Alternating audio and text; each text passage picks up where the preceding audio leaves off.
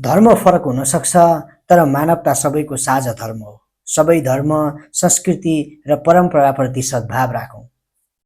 विविधतालाई उत्सवको रूपमा मनाऊ र एउटा धर्म मान्ने मान्छेले अर्को धर्म मान्ने मान्छेलाई सम्मान र सद्भावको भावनाले हेरौँ। हामीले हाम्रो देशको विविधतालाई एउटा गौरवको रूपमा लिन सक्छौँ। हामीले हाम्रो विविधतालाई एउटा पहिचानको रूपमा हामीले लिन सक्छौँ। तसर्थ सबै धर्म, सबै जात जाति, सबै संस्कार र संस्कृतिप्रति हामीले समानताको भावनाले हेर्ने बानीको विकास गरौँ।